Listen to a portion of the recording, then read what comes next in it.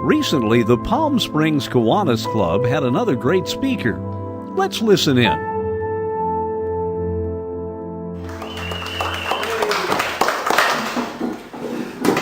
I'm not usually in, when I do club visits, in the presence of such august company. Who's August? It isn't August. Outside of our club, you have the most past lieutenant governors as members of your club. And then you have a super distinguished.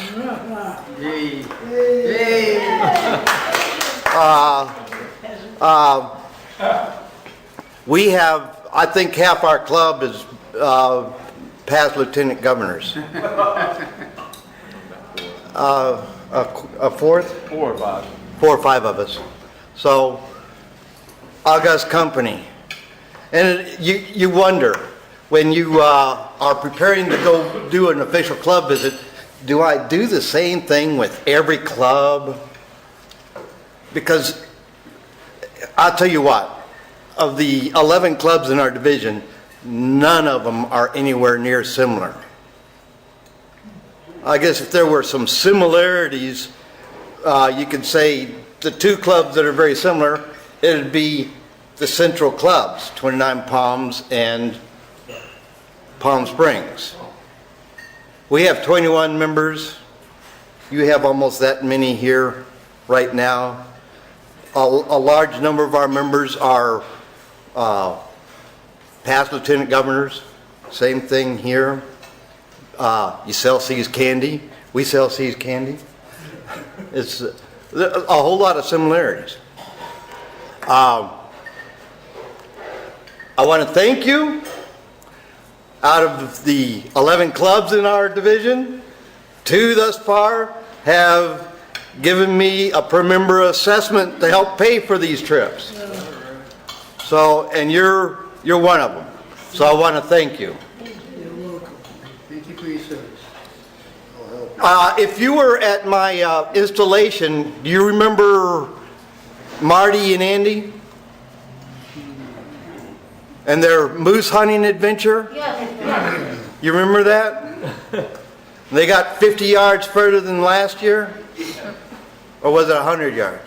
No, I think it was 50 yards. Well, we're going to talk about another Marty and Andy hunting adventure today. There was a time in Wyoming when the wolf population was so great that the deer and elk herds were being decimated by the wolves. And the wolves were moving on to kill livestock. The farmers and ranchers made such a hue and cry that the government set a large bounty on wolves. 2 brothers, Marty and Andy, thought they could make a little money hunting wolves. So they loaded up the truck and moved on up to Wyoming.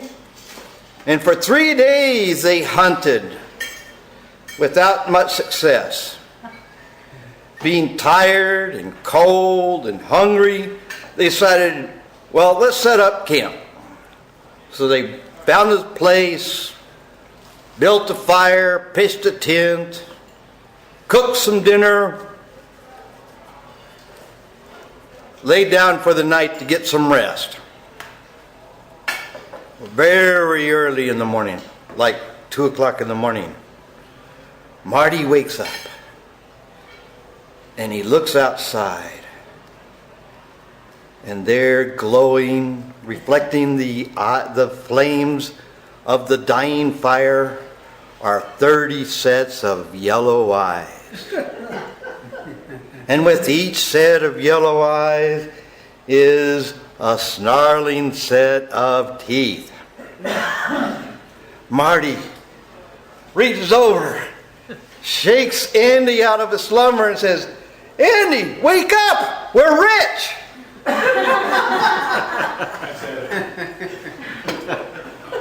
The Chinese word for danger or crisis is the same as the word for opportunity. I wonder what Andy thought when he was awakened and he looked around. I guess some fear, wouldn't you? Well, you know what?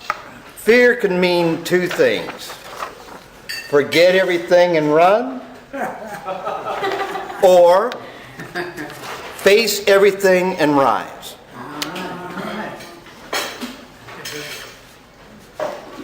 Like every club in America, the Lions, the Elks, the Eagles, the Rotary, the Seroptimus, the Oddfellows, there's like over 300 different clubs in America. KIWANIS has been facing a membership crisis. And many are fearful about the future of our club. KIWANIS adds many members in clubs in North America every year. But at the end of the year, we don't show significant net growth because we also lose members and clubs every year. We've always emphasized recruitment. I'd rather call it invitation, but we've always emphasized recruitment in KIWANIS.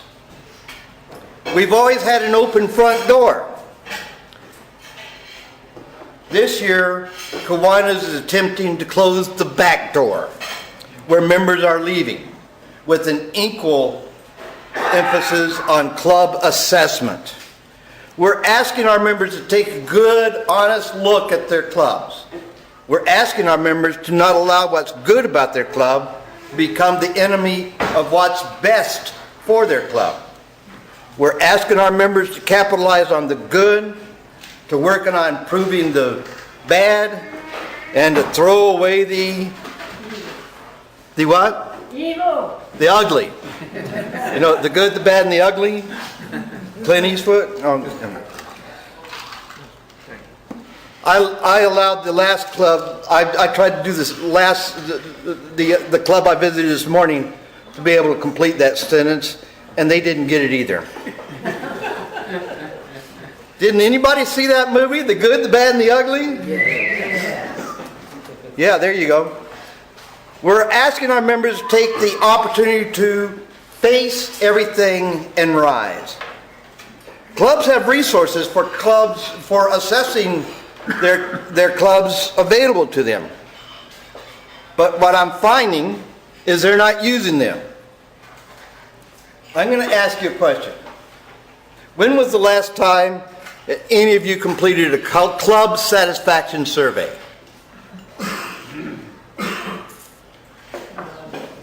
Believe it or not, in several clubs I've gone into, when I asked that question, I got a what? Okay. I'm happy to report the club I visited this morning, last year. But it's the only club I've had that response from. And judging from the looks I'm getting from you, some of you don't even know what a club satisfaction survey is. Yes, they do. Okay. When was the last time your club did a community needs assessment?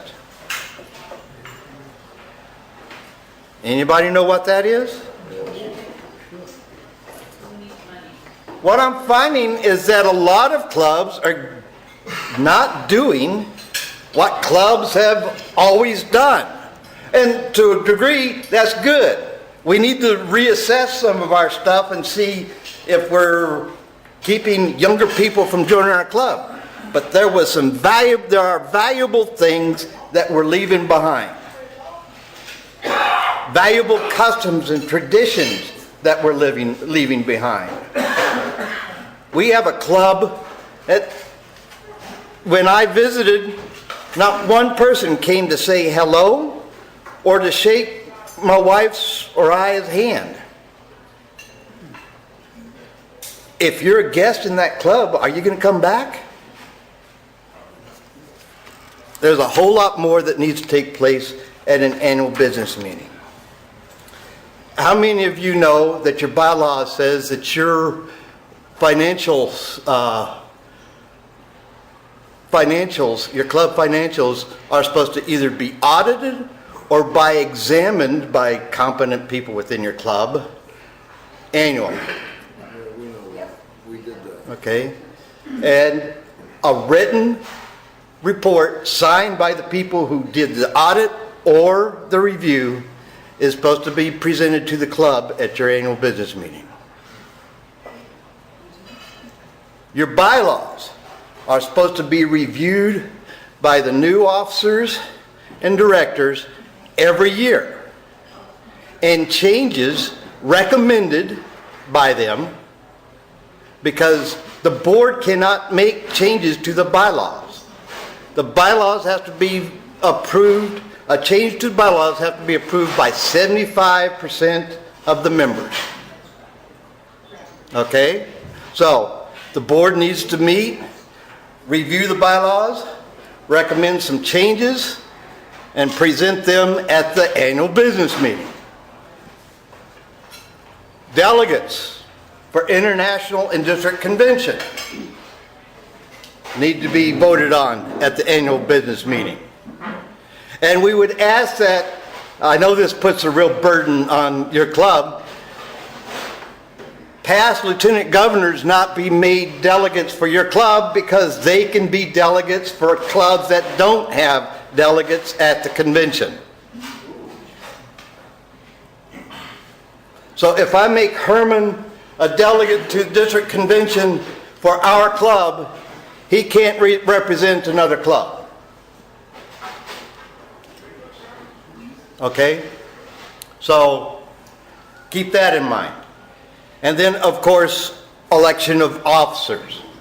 The nominating committee presents its slate, and the president should take nominations from the floor for each office.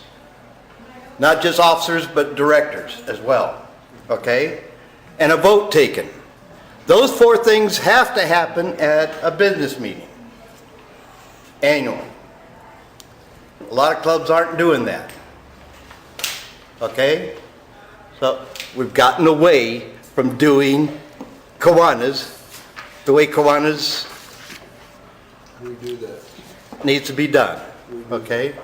So I'm glad to see the clubs that are doing things the way they're supposed to are running pretty well.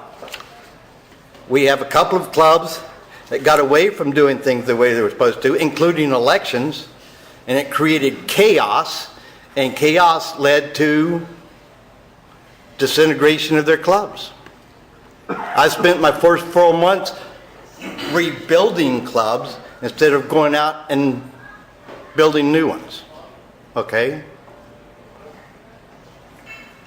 So that's why I'm emphasizing stick to what you're supposed to be doing. Review those bylaws. That's the one that's getting people in trouble. Not doing things according to the bylaws. Okay?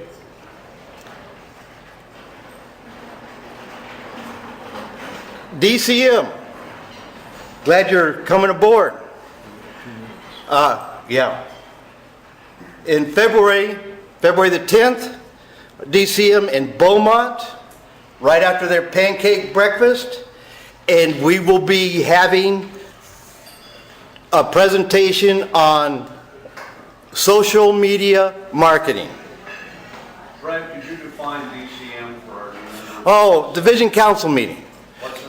Division Council meeting, where at least the officers of the club, we like for everybody to come if they can, to come to Division Council meeting, and we have it every other month here, and the next one's in February, and it's kind of like our division convention. Okay? And the training that's going to be taking place, the presentation that's going to be taking place is social media marketing for your club. Okay? We achieved a minor miracle in this division. We got Lyle into social media. And anybody who knows Lyle knows that's a miracle. Okay? But what's that say? There are a lot of people here who have no clue about social media and how it can be used to market your club. And if we want to reach a younger generation, ask her, we're going to have to do it through some savvy marketing on social media.